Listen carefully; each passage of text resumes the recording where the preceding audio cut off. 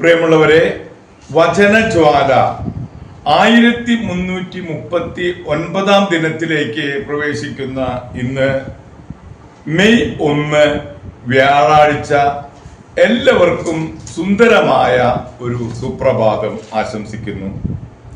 നമ്മൾ ഇന്ന് May 1 May ദിനമായി ആഘോഷിക്കുന്ന ദിവസമാണ്. ഇന്നത്തെ വചനവായനയിൽ 102 സങ്കീർത്തനം 1 മുതൽ 14 വരെയുള്ള തിരുവാക്യങ്ങളാണ് നാം ശ്രവിക്കുക. പീഡിതന്റെ പ്രാർത്ഥന. അവശനായി കർത്താവിന്റെ മുൻപിൽ ആവലാതി ചൊരിയുന്ന ഒരു പീഡിതന്റെ പ്രാർത്ഥന. കർത്താവേ, എൻ്റെ പ്രാർത്ഥന കേൾക്കണമേ, എൻ്റെ നിലവിളി അങ്ങയുടെ സന്നിധിയിൽ എത്തട്ടെ. എൻ്റെ കഷ്ടതയുടെ ദിനത്തിൽ അങ്ങ് എന്നിൽ നിന്ന് മുഖം മറയ്ക്കരുത്. അങ്ങ് എനിക്ക് ചെവി തരയണമേ. ഞാൻ വിളിച്ചപേക്ഷിക്കുമ്പോൾ എനിക്ക് വേഗം ഉത്തരമരുളയണമേ. എൻ്റെ ദിനങ്ങൾ പുക പോലെ കടന്നു പോകുന്നു. എൻ്റെ അസ്ഥികൾ തീക്കൊള്ളി പോലെ എരിയുന്നു.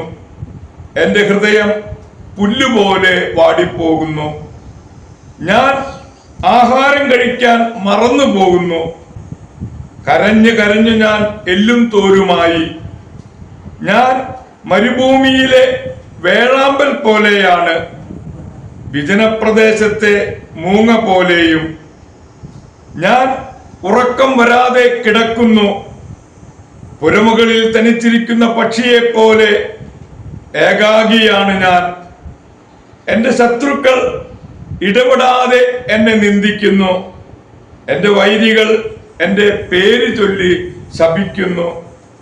ചാരം എൻ്റെ ആഹാരമായി തീർന്നിരിക്കുന്നു. എൻ്റെ പാനപാത്രത്തിൽ കണ്ണീർ കലരുന്നു. അങ്ങയുടെ രോഷവും ക്രോധവും കൊണ്ട് തന്നെ അങ്ങ് എന്നെ വലിച്ചെറിഞ്ഞു കളഞ്ഞു.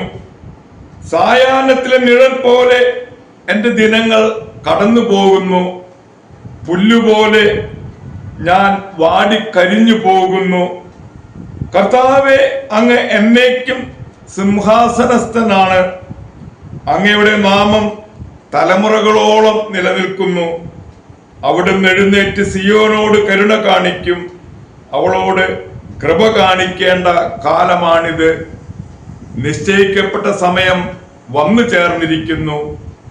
അങ്ങയുടെ ദാസർക്ക് അവളുടെ കല്ലുകൾ പ്രിയപ്പെട്ടതാണ്.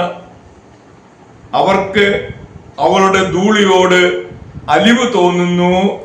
ദൈവത്തിന്റെ തിരുവചനമാണ് നാം ശ്രവിച്ചത്. പ്രിയമുള്ളവരെ, ഇന്ന് തൊഴിലാളി മധ്യസ്ഥനായ വിശുദ്ധ ഔസേപ്പിതാവിന്റെ പൊൻസുദിനമാണ്. വിശുദ്ധ ഔസേപ്പിതാവിനെ നമുക്ക് അല്പനേരം ഒന്ന് ശ്രവിക്കാം. യൂറോപ്പിൽ വസന്തകാലത്തിന്റെ മധ്യമാണല്ലോ മെയ് 1 ഒരു കാലത്ത് അവിടെ അത് പുഷ്പദിനമായിരുന്നു. റഷ്യൻ വിപ്ലവത്തിന് ശേഷം മെയ് 1 തൊഴിലാളി ദിനമാണ്.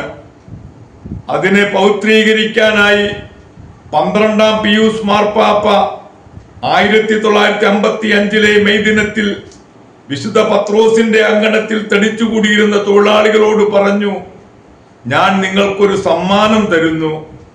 മെയ് 1 മേലിൽ തൊഴിലാളികളായ വിശുദ്ധ ഔസേപ്പിതാവിന്റെ തിരുനാൾ ആഘോഷിക്കും.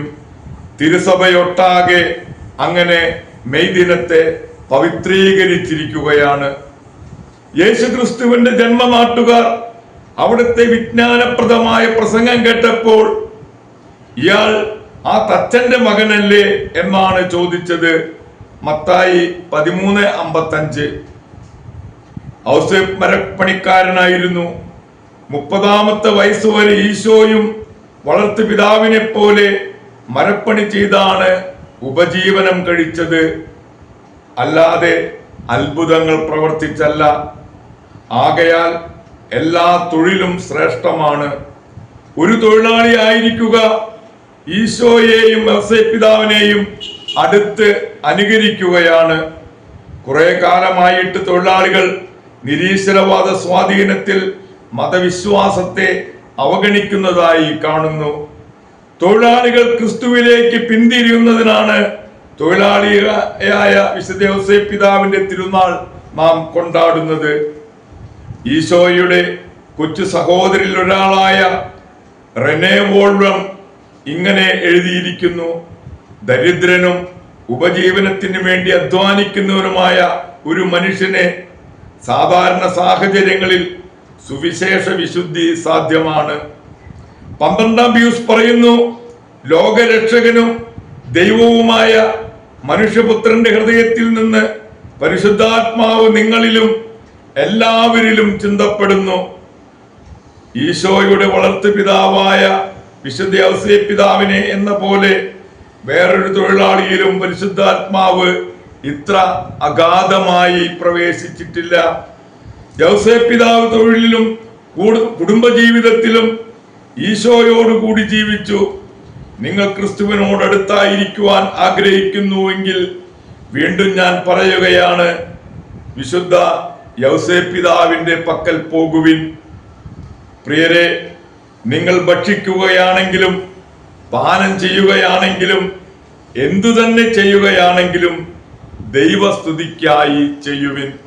പ്രിയരെ, തൊഴിലാളി മധ്യസ്ഥനായ വിശുദ്ധ ഔസേപ്പിതാവിന്റെ നാമം അനുസ്മരിച്ചുകൊണ്ട് നമുക്ക് ഇന്നത്തെ ഈ നല്ല ദിവസത്തിലേക്ക് പ്രവേശിക്കാം. എല്ലാവർക്കും നല്ല ഒരു വ്യാഴാഴ്ച ദിവസം ആശംസിക്കുന്നു. ദൈവം നമ്മെ ഓരോരുത്തരെയും സമൃദ്ധമായി അനുഗ്രഹിക്കട്ടെ.